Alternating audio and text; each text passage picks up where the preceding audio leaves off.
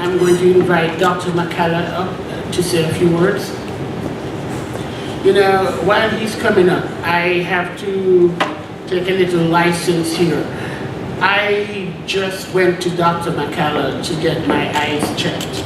As a matter of fact, myself and my wife, and he gave me the all clear. And he said, you know, no, I understand why you picked your wife, because you have near perfect vision. But I encourage everybody, eyesight is a precious gift. Go and get your eyes checked every year. Every year. You know, you can go to your dentist twice a year, go to your ophthalmologist, and get checked once a year, at least. No. Thank you, Mr. Webley. I'm going to move this up a little bit so I'm not hunched over as badly. Can everyone hear me? Because I know we had some people on the other sides who were having difficulty hearing. I've been given the task of giving you, they tell me 3 minutes, but when you, it's like a preacher. When you get up, you add a 1, like at a funeral, so it's 13. 3 goes to 13. But I'm going to summarize it really quickly. An idea of what happened on the last mission. I went on my first mission with Rhonda Eyes Alliance in November of 2018, last year. And it's probably the most significant, the most important mission I've been on, for several reasons. Number one, the effect that we had on the population there. Generally, when I go on a mission, I've been on many of them before, but usually we give the patients glasses that have been collected. They're not the exact same prescription that the patient needs, but it's very close. But here we're actually manufacturing a pair of glasses customized for them. We're also using local people to do it. And third of all, if they need more, which many of them did, we had patients with glaucoma and cataracts, they would see the doctor in the morning, the afternoon they were having cataract surgery.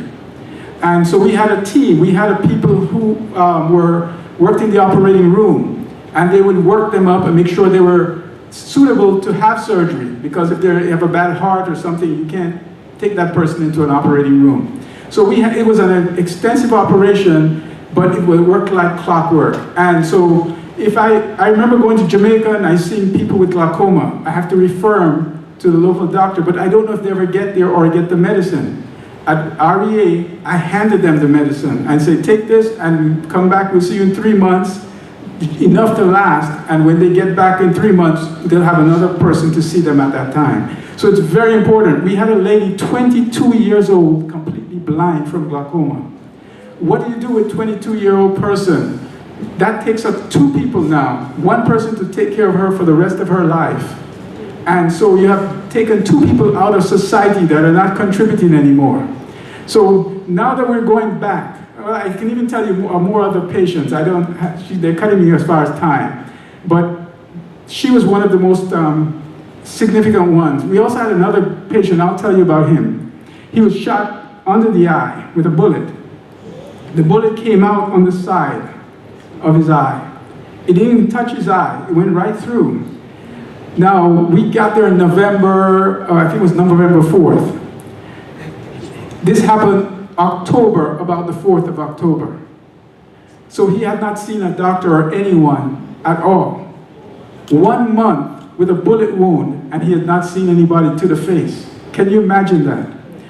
The scars on the outside had healed, the skin had healed, but his eye was still like this. And when I examined him, he seemed to still have the eye intact. And I was astonished, but I'm sure there was shrapnel all around that eye. So I had to get him to a surgeon. Luckily, we had Dr. DeCastro there.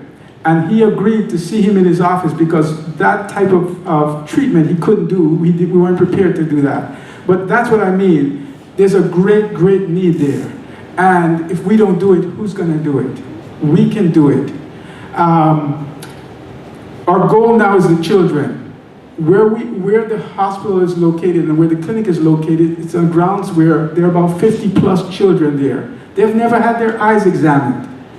I know the importance because I see kids every day. if a child has poor vision, they're not gonna learn. Okay, parents? Take your kids in and make sure they're seeing well. You may think they're seeing well, they're not sometimes. So make sure your children are seeing well.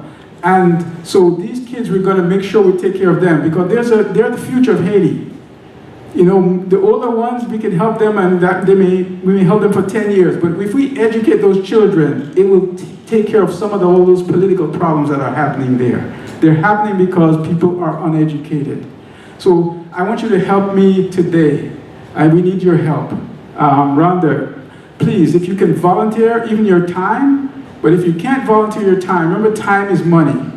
You can send us money, okay? Money is needed. There's so many other things we can do with it. And I promise you, as being one of the directors, it's not going to be wasted. Thank you.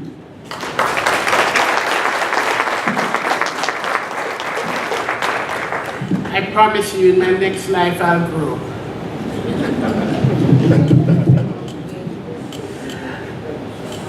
I'm going to introduce to you next Dr. Wesley Augustine. Dr. Augustine came down from New York yesterday, and he has been on Rhonda's missions also.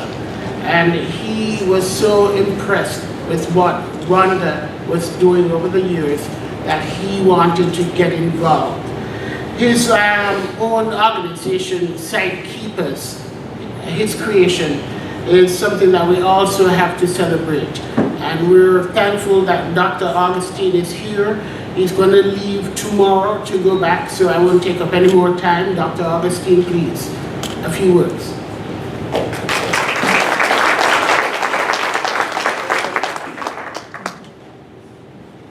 Thank you, and good evening, everyone.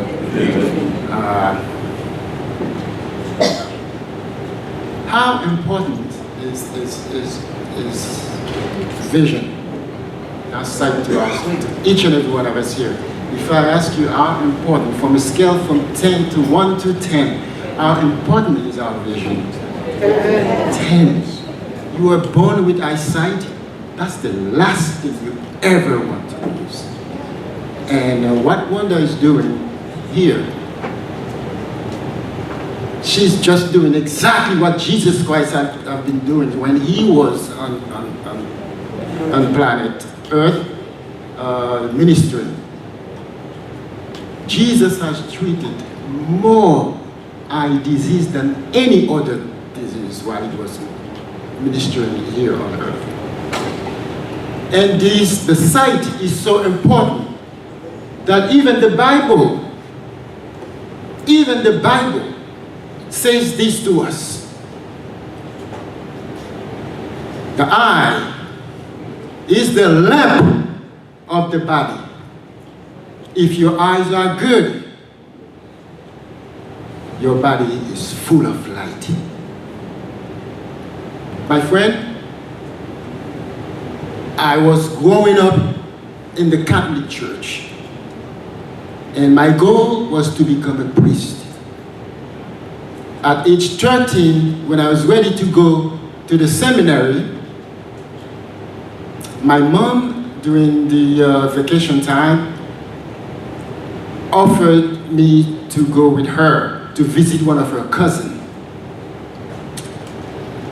As we reached the house,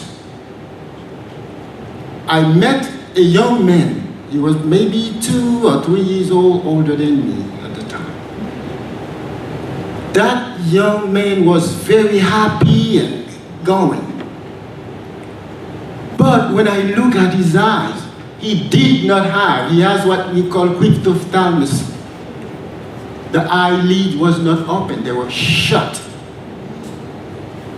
I was shaking at the sight of this young man. And I called upon my mother. I said, Mom, what's going on here? Is this young man going to be living in the dark for the rest of his life? My mom said, yes, son. Only perhaps a special doctor could do something for him, but we don't have that special doctor here. And I look at my mom and say, wow, maybe, Mom, maybe I'll be that special doctor. And that was it for me. The priesthood that was loving so much just goes away from my mind. And the priests themselves, when I tell them the story, they were just very enthusiastic about helping me getting to become a doctor. I had no idea what I was talking about. I have no family members who are in medicine, but the word came to me just like that.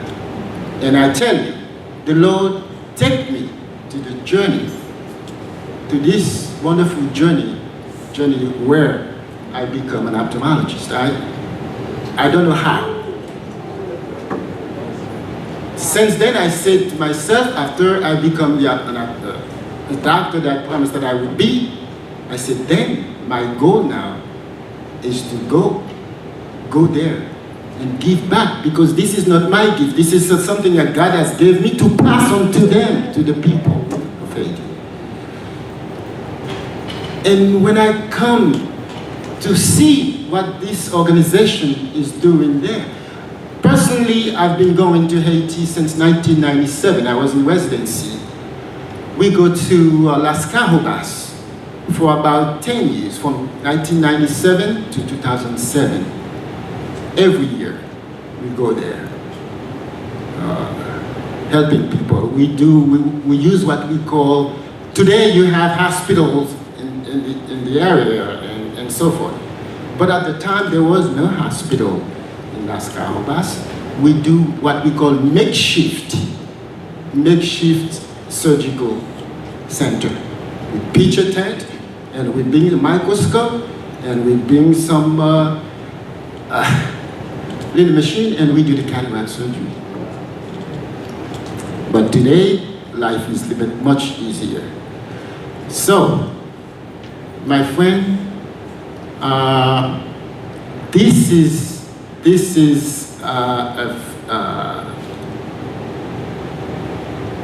not about me. This is about Rhonda Eyes. This is a fundraiser, right? Rhonda, I had the opportunity to go to Haiti in a trip I believe it was last November, and I was so impressed by what I see. I did not know such wonderful service was in place. I go to several places. I go everywhere. Jacmel, Léogane, Pétionville. We go to Jacmel. We go to Milo. We go to Saint Raphael, because that organization that I founded, Sightkeepers International, that was for the sole purpose of serving the people. And a couple of times we went to Guyana to provide free services. That organization's mission is to do just that, give back to the people. This was not my gift, was just to accept whatever God offered me. And what he offered me was to serve him and serve the people. And that's what I continue to do, and that's what I love this lady so much with her organization. I don't know where that comes from, but she's doing a wonderful work, and some work that we all should be supporting. If we give it something, again, everybody who contribute tonight to raise the fund, give it simply, wholeheartedly. Give it generously as you can, as the Lord love a what? Cheerful giver.